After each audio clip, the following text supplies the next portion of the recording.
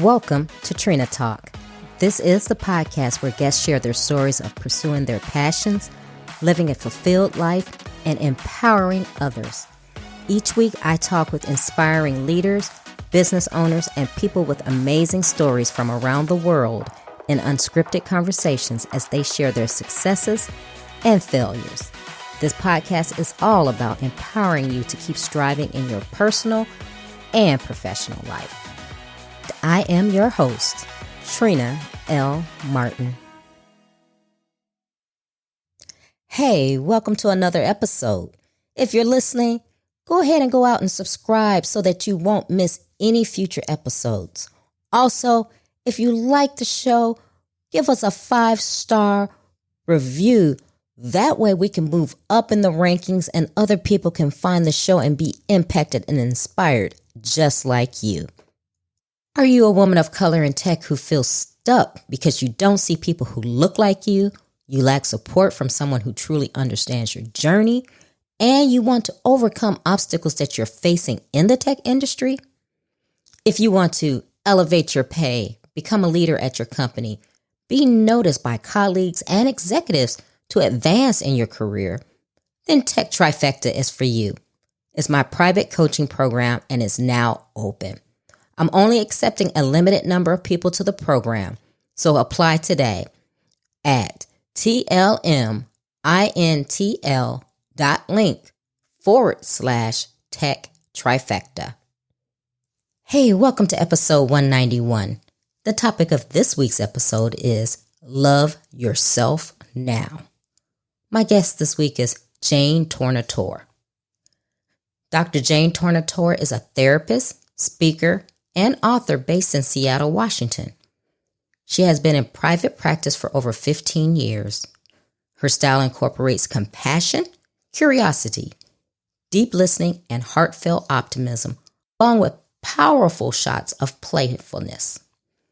Jane has dedicated her career and her life to helping people love themselves and have self-compassion. Before going into private practice, she spent 2 decades working in the field of Alzheimer's, including research and working for the Alzheimer's Association.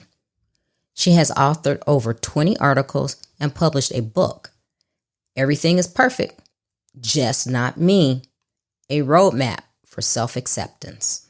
Hi, Jane. Welcome to Trina Talk. Thank you very much for having me. I am so excited about the spontaneity which you create.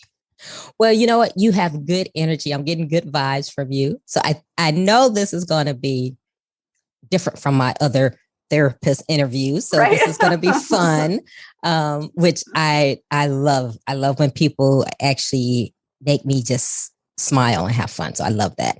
Yeah, before we get into, the meat of it, how I always start my show off is I ask the guests to tell the listeners who you are and what made you the Jane that you are today.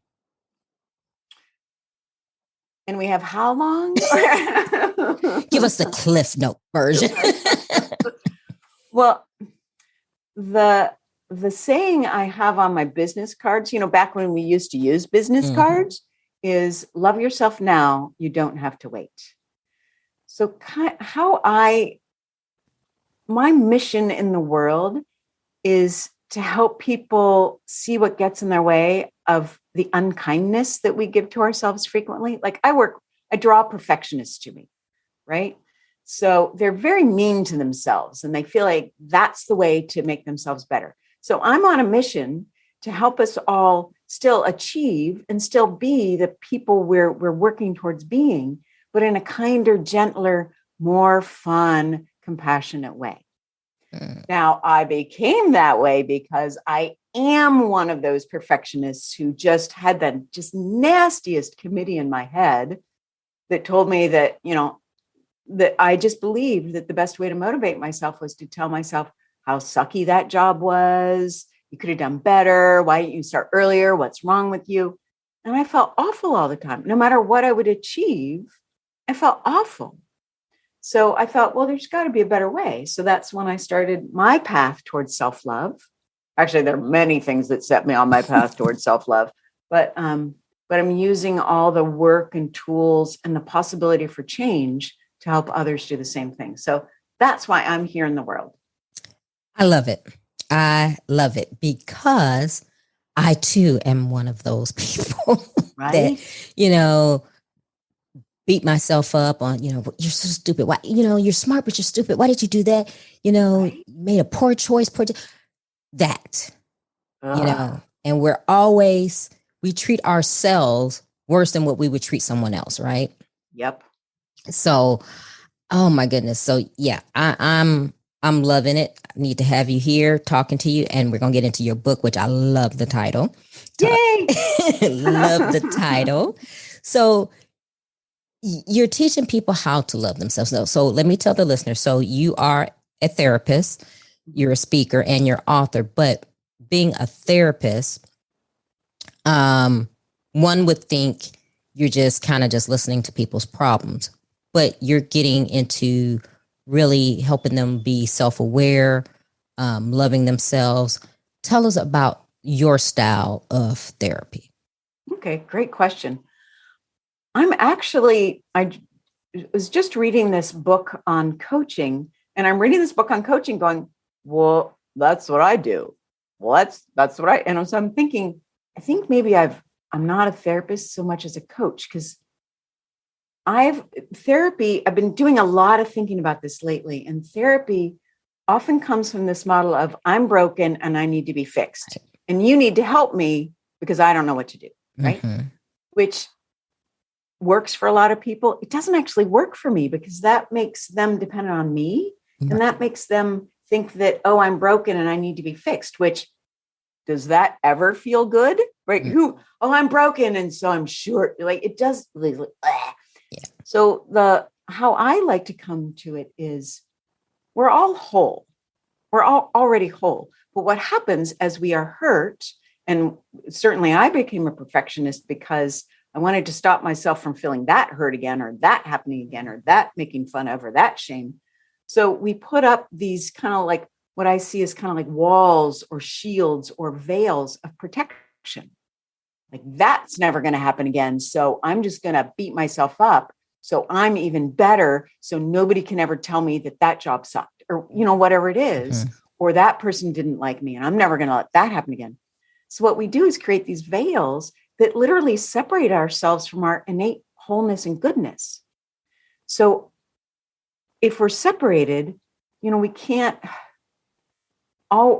always seem to focus on is our problems versus our wholeness, which is there. It's just underneath a whole bunch of crap. Mm-hmm. Right? So I help people. I don't say I'm going to fix you, but it is, I'm going to help you figure out how to get back to who you are. Mm-hmm. So you now have choice over whether you want to use this tool. If you're around somebody who's really mean, you don't go, oh, well, I guess I'll hang around them because, I'm fine. Right. You can go, wow, I don't feel good when I'm around this person. I'm going to leave. Right. So we still get to set up our boundaries and our shields from things or situations that are not helpful for us, but we choose them versus them being there all the time. That's a good point. Choosing and and I love what you said, boundaries. So yeah, let's get more into that because I'm a perfectionist. Well, I'm type A, the real driven person, I'm, gotta go better. I'm not complacent. Got it. That. I got to do more. I got to get more accomplished. I got to be more. I got it. Right. Yeah. Oh, I know that one. Yes. I'm that. And hopefully this won't turn into my therapy session, but I'm that person. Right. And so are so many other people. Mm-hmm. Why do you think that is? How did we come to be these type of beings? Because we're all humans. We all make mistakes. Yes. And I can talk to you and you can say, oh my God, I did this. And I can say, you know what? You're human. We all make mistakes. Right. There's no big thing. But then when it comes to me, I don't think about it that way. Right. How in our mind did we get to this point? Can I get a bit brain geeky on you? Yes. Awesome. So from 0 to 2, our brains are in delta waves. Okay. And delta waves are basically like our brain's almost asleep. It's just a total experience. Like when you look at babies, you can tell they're not figuring stuff out. They're not being watchful. They're just there the world is coming at them and they're just little beings experiencing the world. There's no thought about the world. They're just reacting. Right. Like there's no forethought in babies. They just react, right? Around the ages of 0 or 2 to 7, our brain moves into theta waves. Theta waves are the same waves our brain are in when we're under hypnosis, right? So this is why we can believe in Santa Claus and the Easter Bunny and all this stuff that adults are like, really? This guy goes down a chimney, he goes all around the world in one night. Like all these fairy tales and stuff like that. Little kids believe them because they don't have the ability to critically think, is that possible? So when we're in theta state, when we hear stuff, and I don't know if you heard this when you were a kid, but I did. I heard good girl, bad girl. I didn't hear that behavior was not appropriate. We're not going to do that again. I heard bad girl, you don't do that. Right. And so my little theta brain went, right, I'm bad. Yeah. Because perfectionists never are, we never are, I did all these good things, so I'm good. Oh, now I did this bad thing, so now I'm bad. We're like, I did one bad thing, so I'm just screwed, right?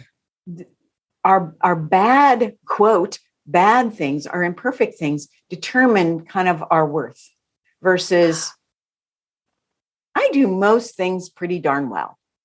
I do many things okay.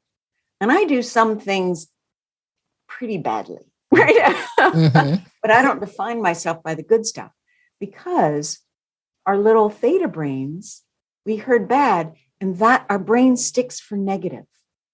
And so if we feel bad, like if our parents or anybody says you're bad, that feels awful. Yeah. Right. So we're going to do what we can to not make that happen. And it has to be about us. At 7, we're not going, wow, my mom's really stressed right now. She's yelling at everybody. I think she's having a hard day. Poor mom. Like we don't think that. Right. We think, oh man, I just really made my mom mad. Oh, I'm awful. How do I not do that? How do I get better grades? So the perfectionists, we figure out how to be better to make everybody happy so we are not yelled at. And not that our parents are doing anything wrong, right? I once read this book by a therapist who was working with this woman. I wish I could remember the book, but she worked on Wall Street and she was always the smartest person in the room, but she always had this major self-sabotage before a big deal came through. And she was like, I don't know why I keep doing this. But he was working with her and she had this memory of when she was just a little kid and she and her sister were having lunch and her sister was having a popsicle. And she said, Mom, I want a popsicle. And her mom said, you can't have a popsicle. You haven't finished your lunch. She's like, well, Susie's having a popsicle. Why can't I have a popsicle? And mom said, well, you didn't finish your lunch yet. When you finish your lunch, you get to have a popsicle. Susie finished her lunch. She gets her popsicle. No problem, right? Basic parental behavior, establishing boundaries around eating. Great, right? Her little theta brain went, I don't deserve the prize. My sister does. But so that's where her theta brain went. So it's not that, some of us have parents who could use, a lot of therapy, but some parents are just doing their best. They're stressed or they're just establishing boundaries. And our little non-critical thinking brains take it as I'm the problem. But if we're the problem, and especially with, families with violence or addictions, if we make ourselves the problem, we have some hope of fixing it and making it better. Wow.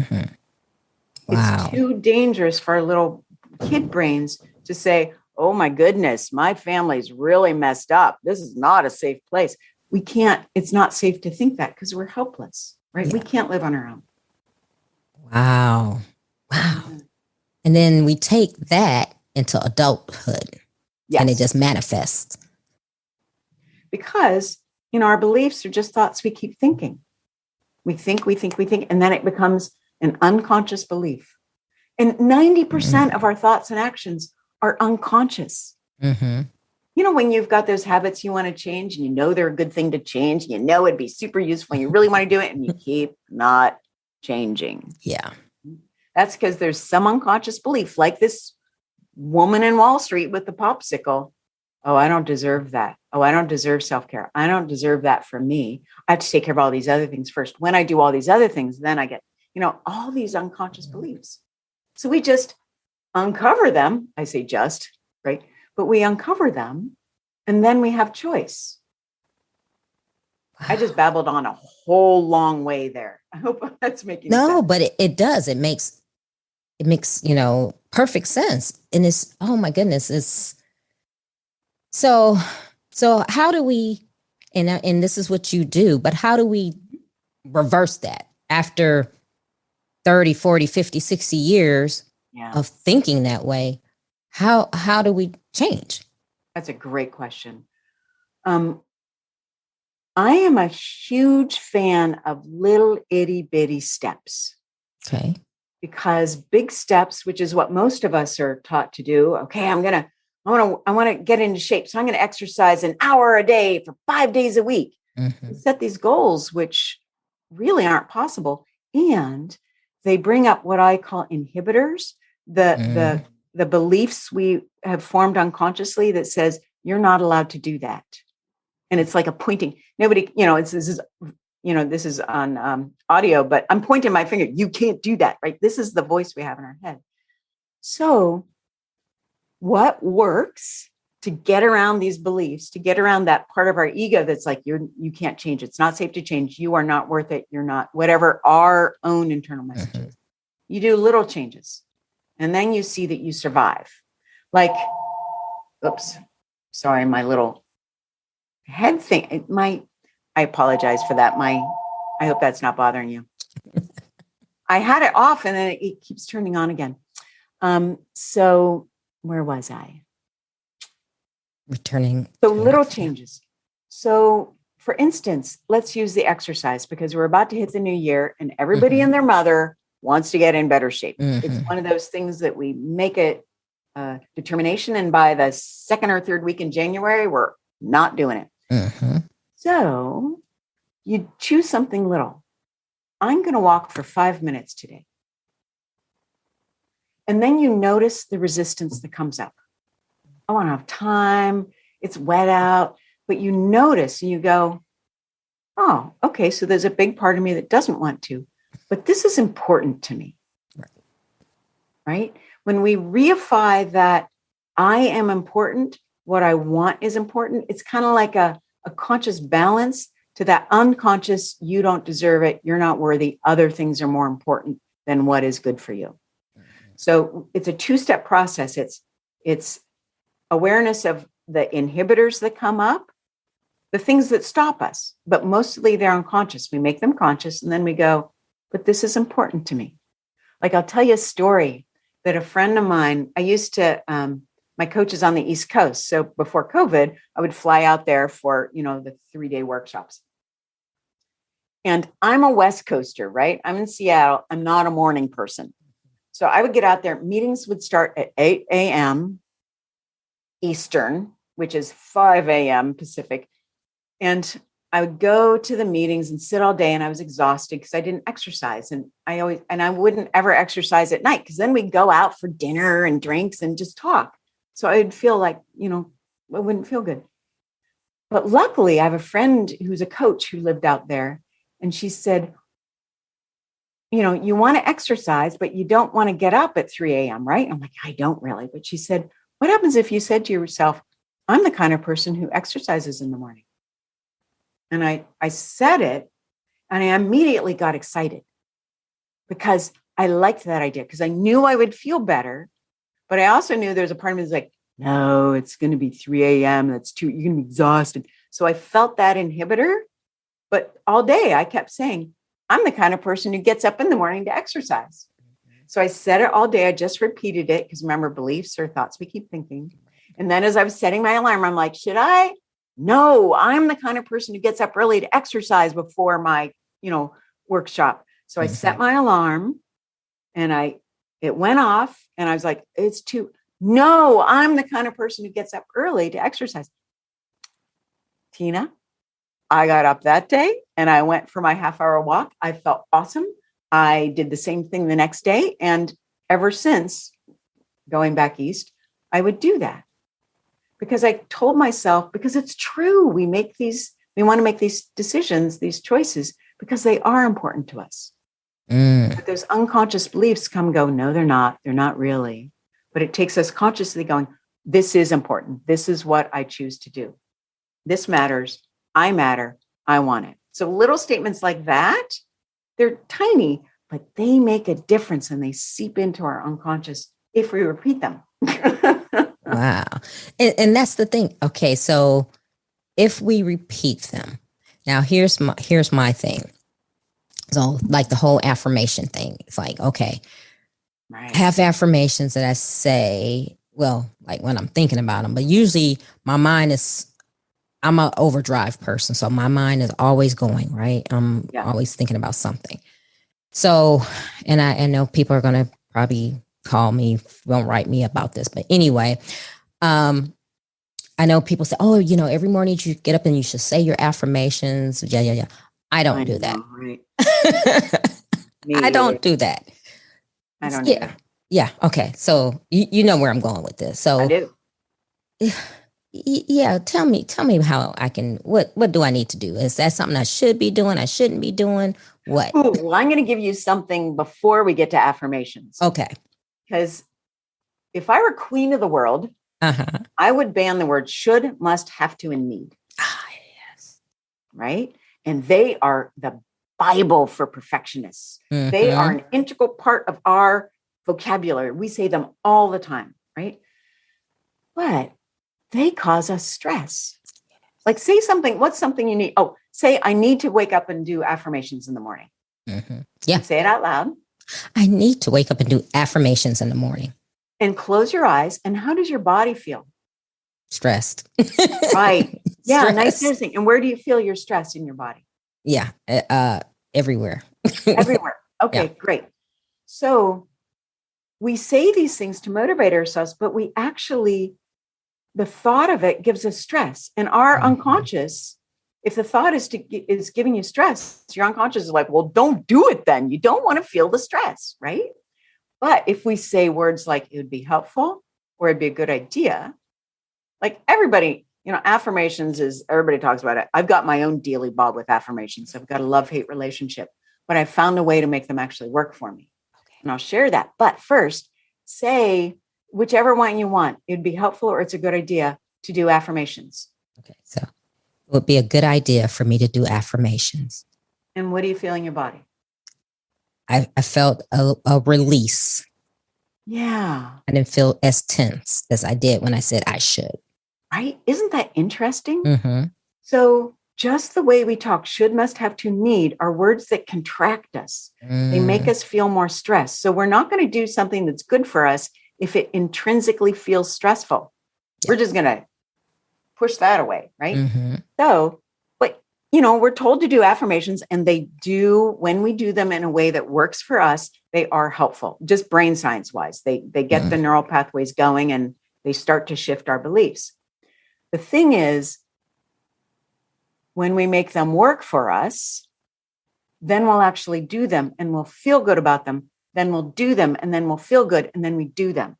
Versus I should and I feel bad, so I'm not. Right. So we're just changing the pattern of how we relate to what we want to do, actually. So first, ban, should, must, have to, need, and for Midwesterners, gotta. And replace it with, it's a good idea or it'd be helpful. And some people say, I want to.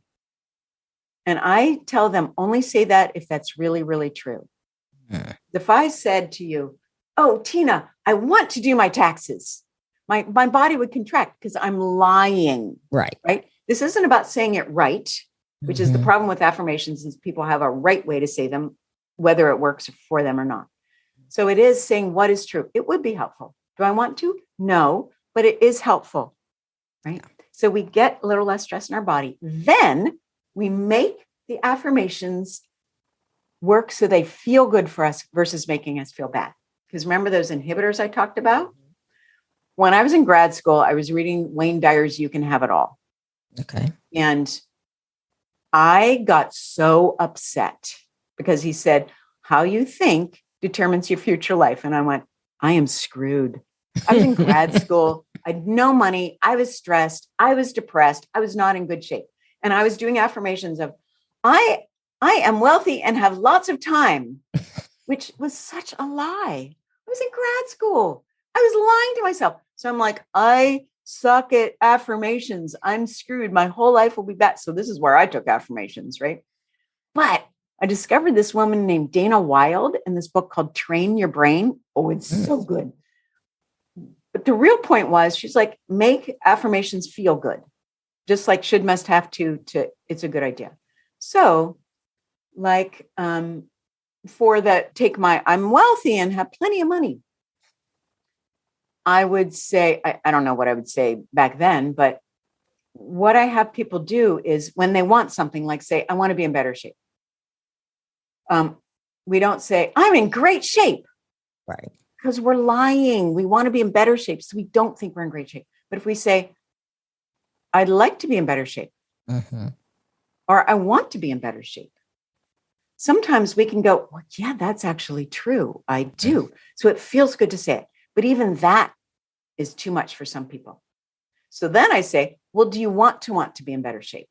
And they go, yeah. Almost everybody can get behind want to. Right. And like, yeah. Then they get a little excited. The stress leaves. And so I say, just keep saying, I want until that's kind of like, yeah, it doesn't do anything. Then you move to, I want. You celebrate the fact that like, wow, I moved to want. Yay me. It's actually shifting. And then when it feels good, you say, I am a person who likes to be in good shape.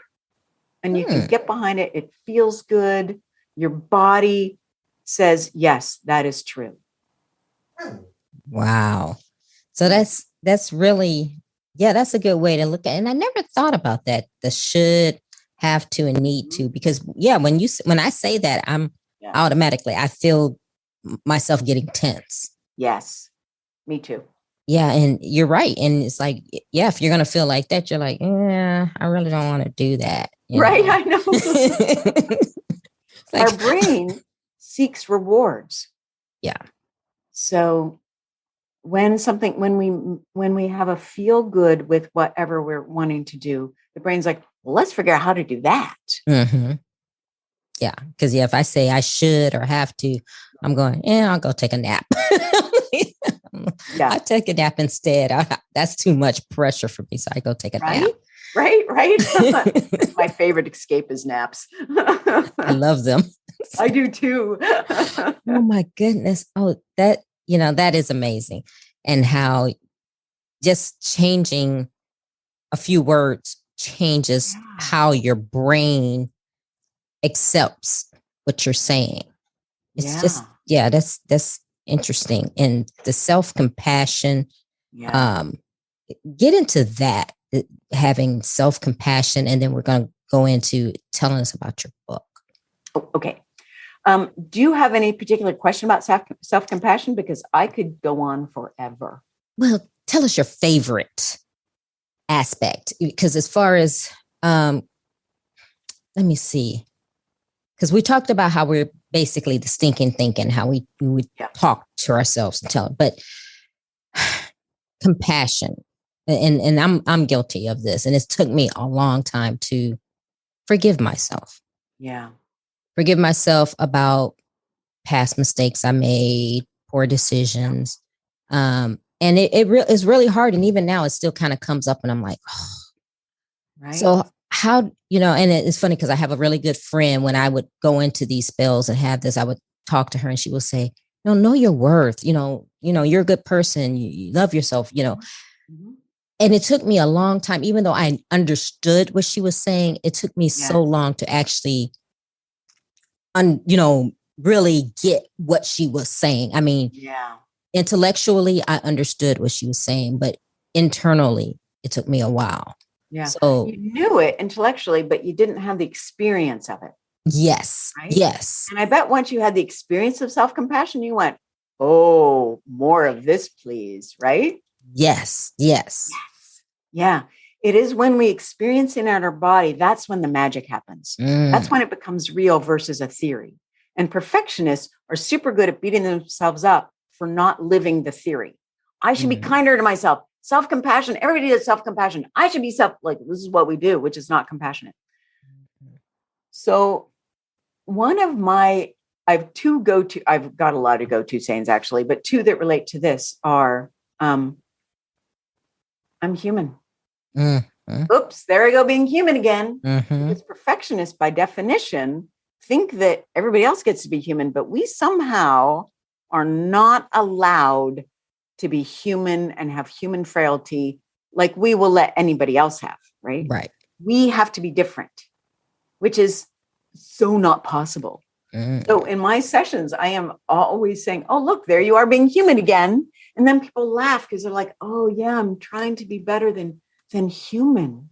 Literally trying the impossible and feeling bad because we didn't make the impossible happen. So I'm human is huge. And another one is I am literally doing the best I can. Like one of the things I say to my clients is, okay, so you did goof, but did you wake up this morning saying, I think I'm going to figure out how to make this person as unhappy as I possibly can. I'm going to see if I can really mess up this project to my best ability today. And everybody says, no, they goofed. They didn't know. The compassionate way is to go, I made a mistake, own it, which if we're beating ourselves up, it's harder to own it because it feels so bad. Like, wow, I really made a mistake. That's on me. Now, what would I do differently? Or more precisely, what do I want to do next time? So we get to learn from it. So we actually are able to get better. But if we're just beating ourselves up, all we're doing is beating ourselves up. We aren't actually figuring out how to not happen again. So it's a really waste of energy and exactly the opposite of what we in our hearts want to have happen. Yeah, and because when we beat ourselves up, we think that the beating ourselves up will make us not do it again. Yes, we do. Or here's another thing that I found in myself. I don't do this anymore because I finally kind of went, oh, this is not working. I used to beat myself up so much because I figured, and I would tell the people that I had goofed up with or whatever, or anybody else, I would say, oh, I'm so bad. It was so awful. It was because I realized if I beat myself up enough, that they won't. Because they see I'm already in so much agony that they can't add to it, right? This was my thinking. So what do I do is make myself way more miserable than anybody else ever would in order to prevent, remember these shields we put up? Right. In order to prevent anybody else from being mad at me. It's we do a much better job at beating ourselves up. Yeah. But two, it's also manipulative. Because if we goof, other people actually get to be mad. Like they get to be mad if we goofed. It doesn't mean anything about our value. And that's where we perfectionists get confused. Like, I will tell you a story. It's so sad. I was in grad school at the age of 35. And there was a child psychologist up on this stage. We're all like, oh, yay, this famous child psychologist. And she said, your children are not they aren't good because their behaviors are good. They aren't bad because their behaviors are bad. And I went, literally, I'm 35 going, I know she's the expert, but she's wrong. If I do something bad, I am bad. Right. That was my belief. But she was the expert and I was curious enough to know. And I was a student going, well, maybe there's something to think about here. So I just worked this one. I'm like, how could that possibly be true? And then I realized, oh, my actions can be problematic, but that doesn't mean me as a person becomes bad. Right. And it took that in order for me to even start this slow process of, wow, I really goofed, but I'm still okay. Wow, I messed that one up too.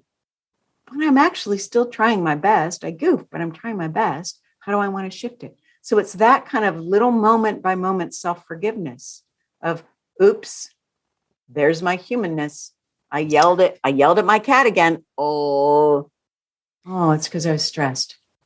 Okay, Yeah. so what do I want to do next time I'm stressed and my cat does something that, whatever.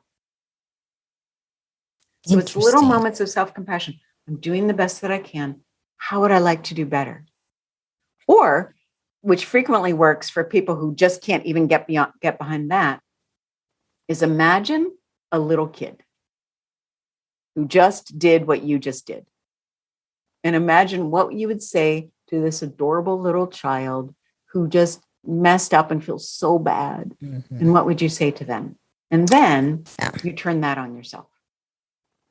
I used to get so mad when my friends, when I was a beginning therapist, and they would say, well, what would you say to your clients? And I'm like, shut up. I don't deserve to say to myself what I say to my clients. Like, literally, this is what I thought.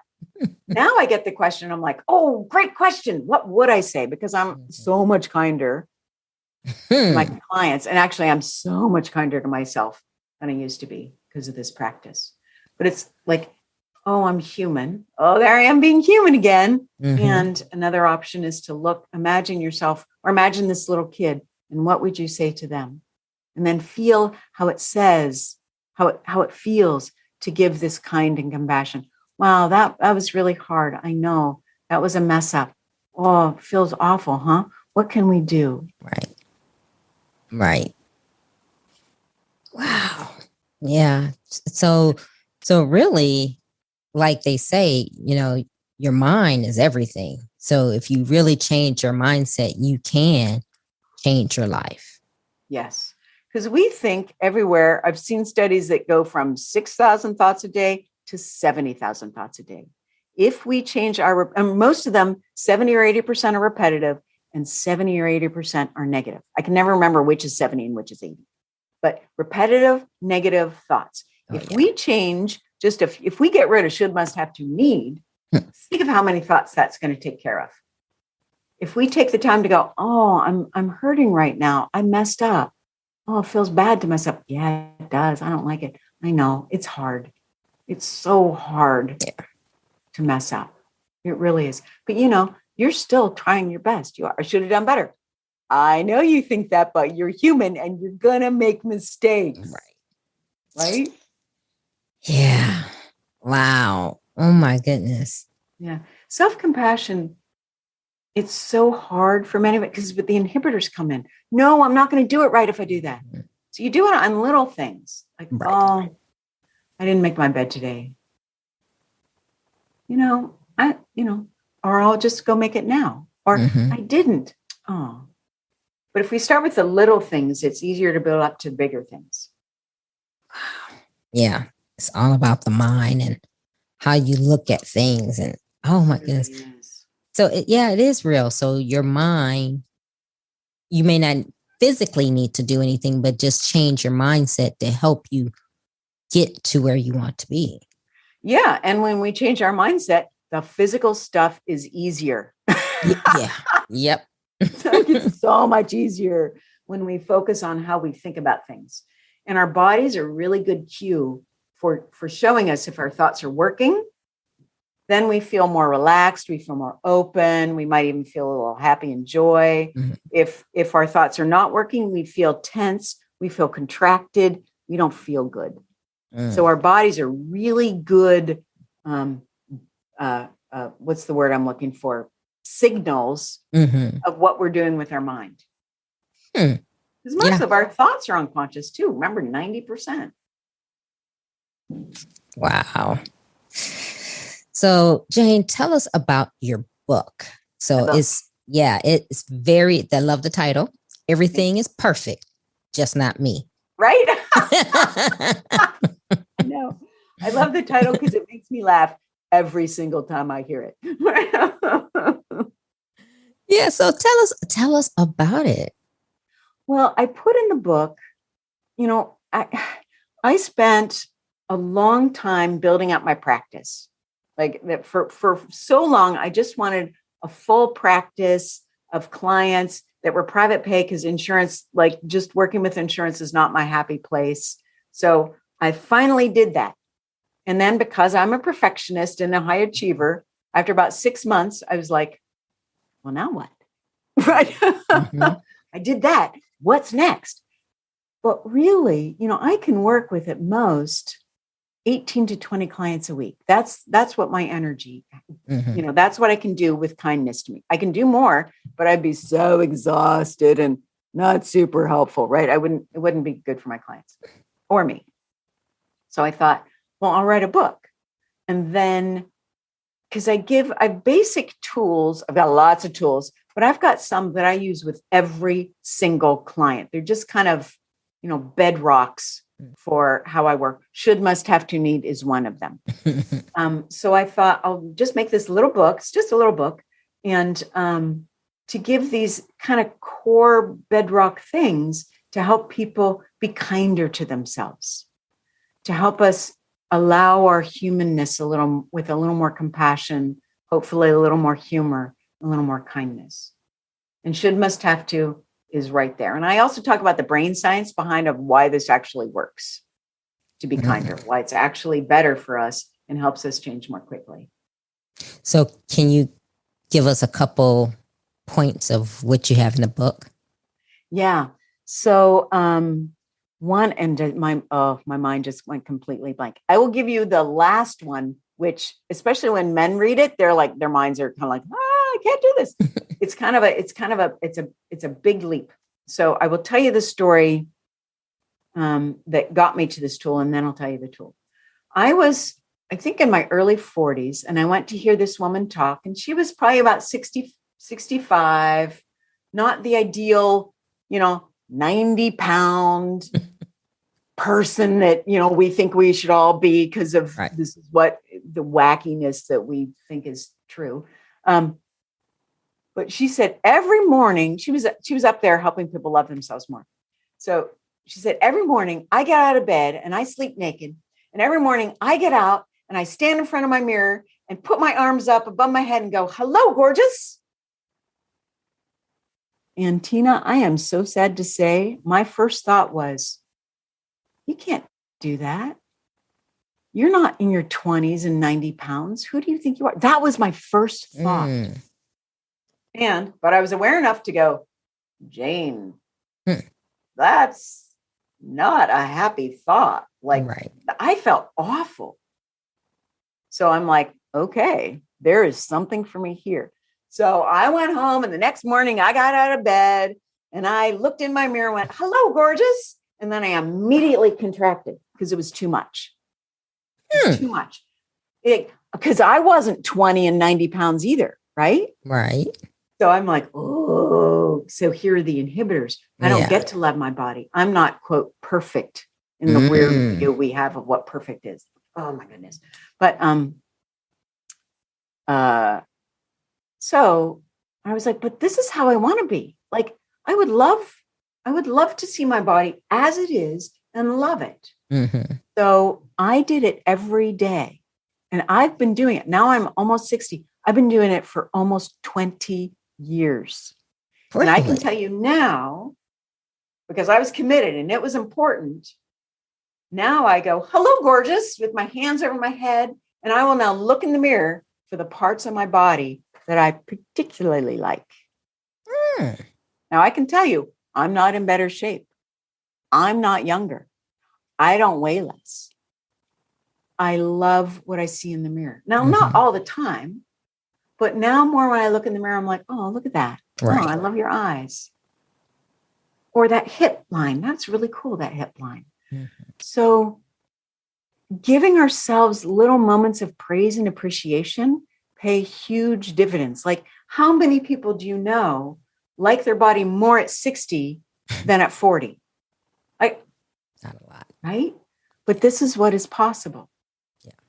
Now, for some people, that's going to be too much and they're not going to continue on, just like the affirmations.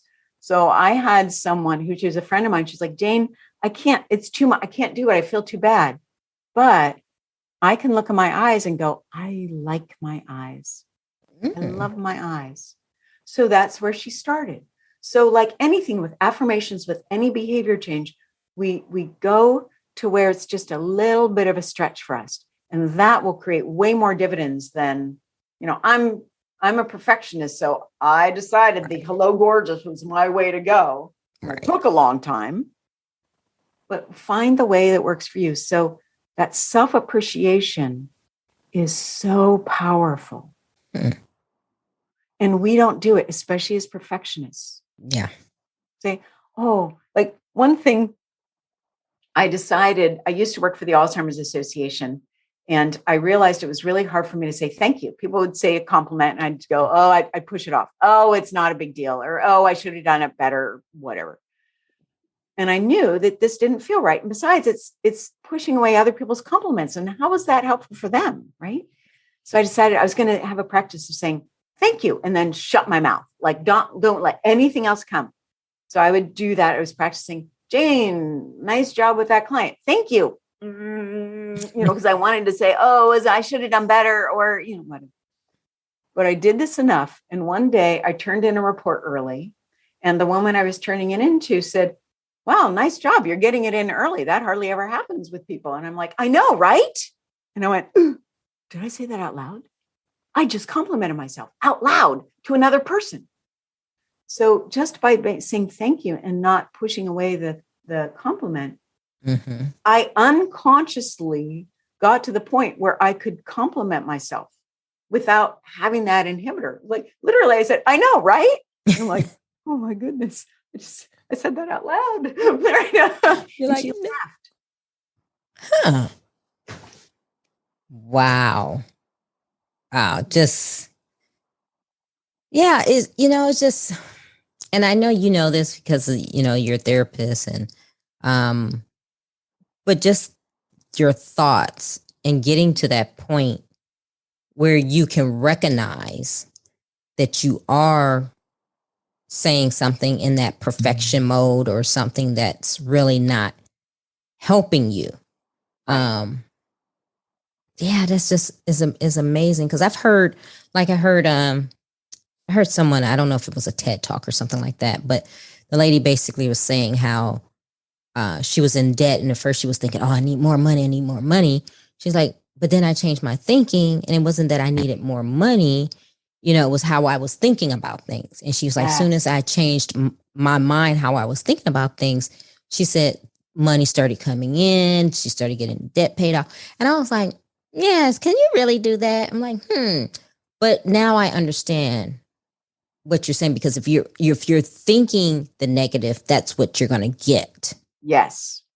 There's something called the retricular activating system. And it's basically we are searching for what we believe is true. So if we're searching for, oh, I don't have any money. Oh, I'm so stressed. How am I going to pay that bill? Oh, I can't afford to buy that.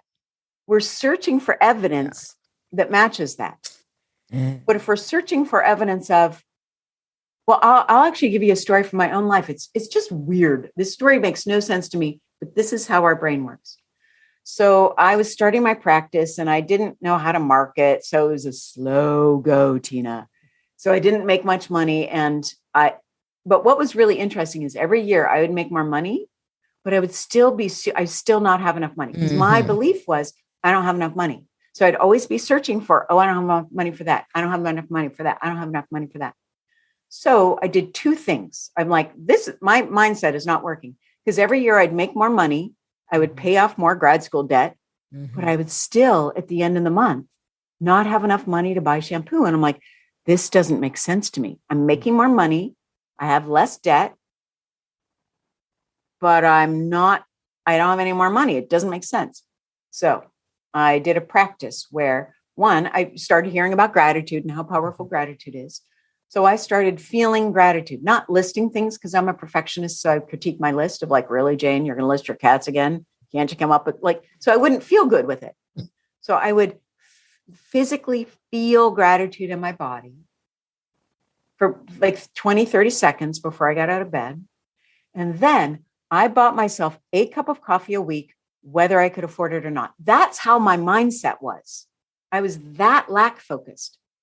So I did it. Like I would buy that cup of coffee, even if I didn't know I was going to have enough money to the end of the week. So what happened at the end of the year? for the first time in 5 years, I didn't make any more money. But I was eating dinners out. I had savings. I wasn't stressed all the time. I was getting multiple cups of coffee a week. I was buying the shampoo whenever I wanted to buy the shampoo. It was weird. That's how powerful our mindset is. I mean, I wish I would have made more money, but it was almost more powerful in my life. The fact that I didn't, for the first time in 5 years, I didn't make any more money, but I had more money because I was searching for how I had more money.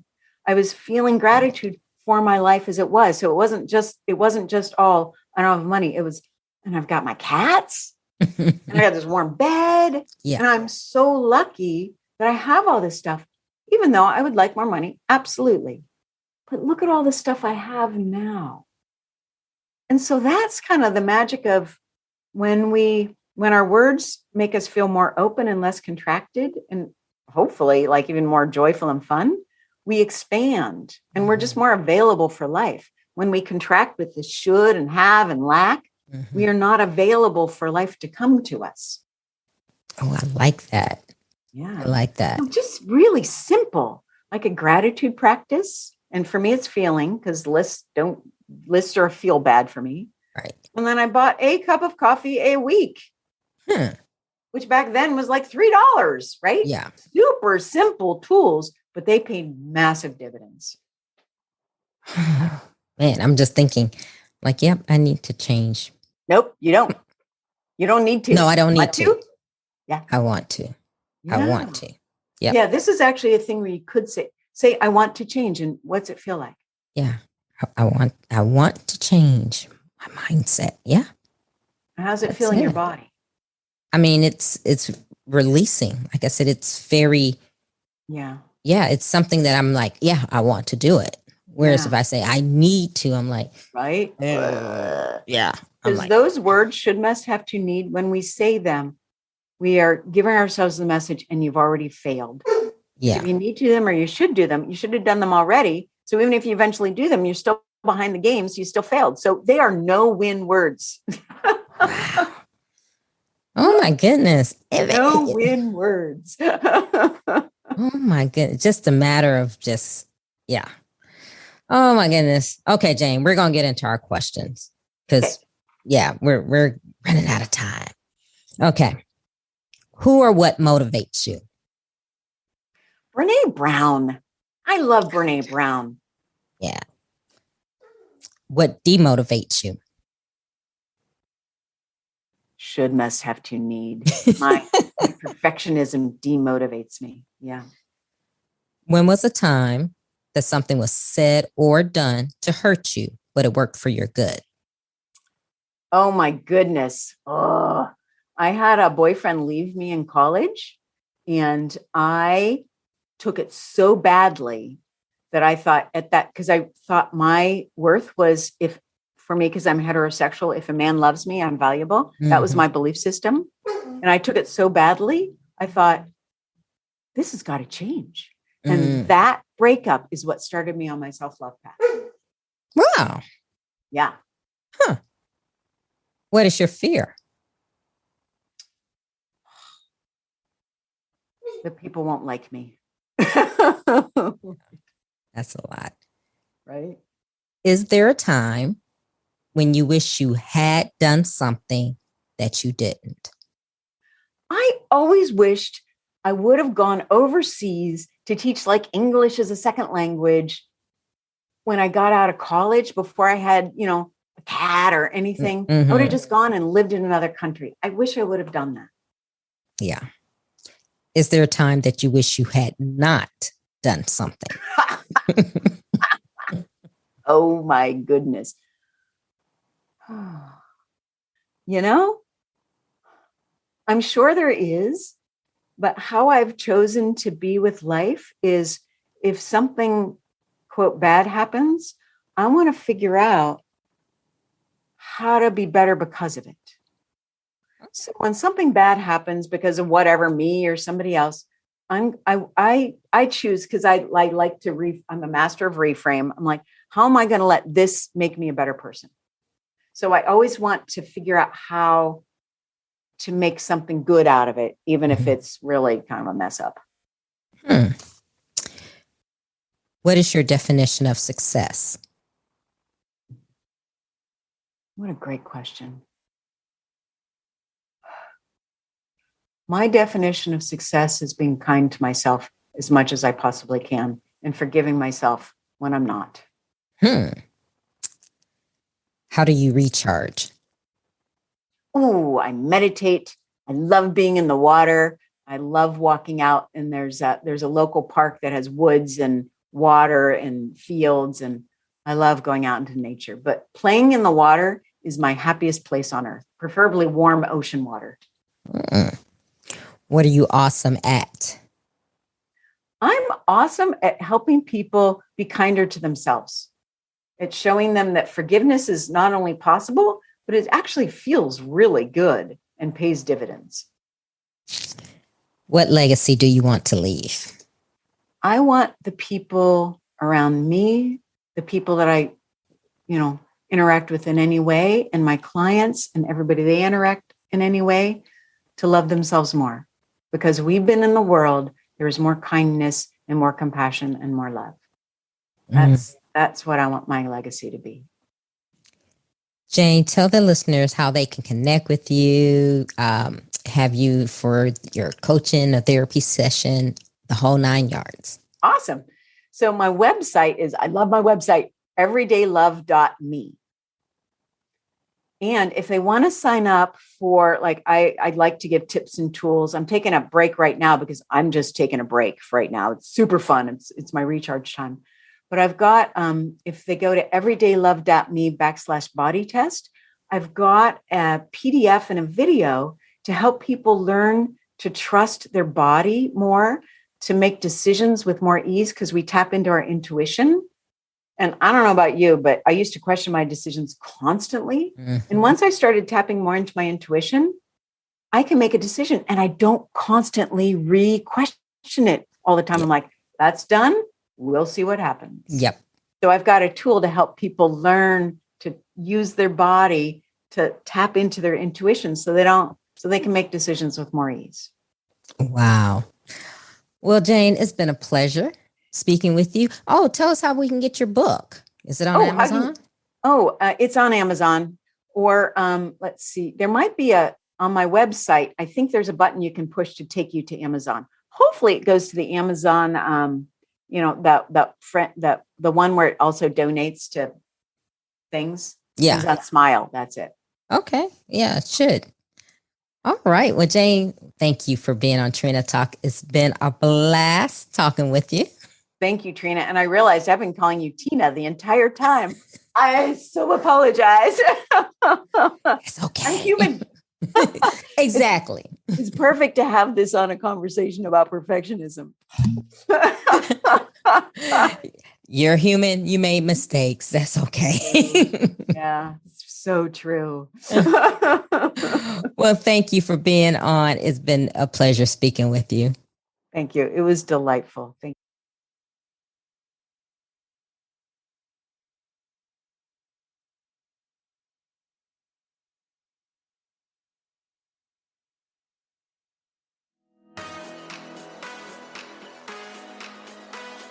I want to thank my guests for being on the show, and I want to thank you for listening. I hope you enjoyed the show, and don't forget to tune in next week.